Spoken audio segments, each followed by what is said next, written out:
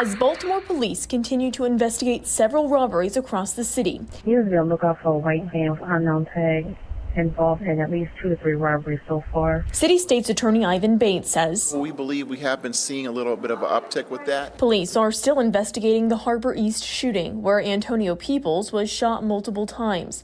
While police haven't released much information, our sources say it was an attempted robbery. Then on Monday on St. Paul Street, police received a report of a robbery.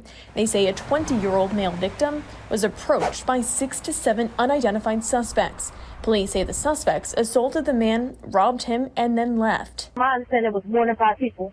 One had a sword and one had a Glock. Not long after, there was another reported robbery and assault, this time on Guilford Ave. Police say 2 men were approached by a group of 5 suspects. The suspects robbing the victims of their phone. Police say one of the suspects was armed with a club. And while it's not clear who is behind these crimes, Bates says in general, as his office sees a slight uptick in robberies. So there are a number of things that we are working on. I think what you see sometimes is that I believe a lot of young people believe this is a game like Grand Theft Auto and some of the other video games. It's just a game, and they can do whatever they want because there's no system of accountability for their actions. I asked who was behind them. We see them from everyone, but unfortunately we've seen a few more from the juveniles. When it comes to all kinds of juvenile crime, he says it's important to hold kids accountable. I think it's a work in progress.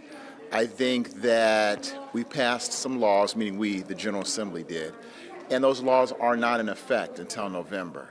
So I think that with children, they're acting up. But I do see that there's light at the end of the tunnel in terms of the laws we've passed.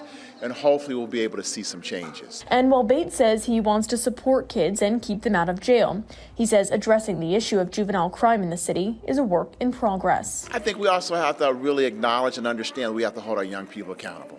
And we also have to be, as parents, look ourselves in the mirror and recognize we have to do a better job and quit looking toward the government and the system to do the job of parenting.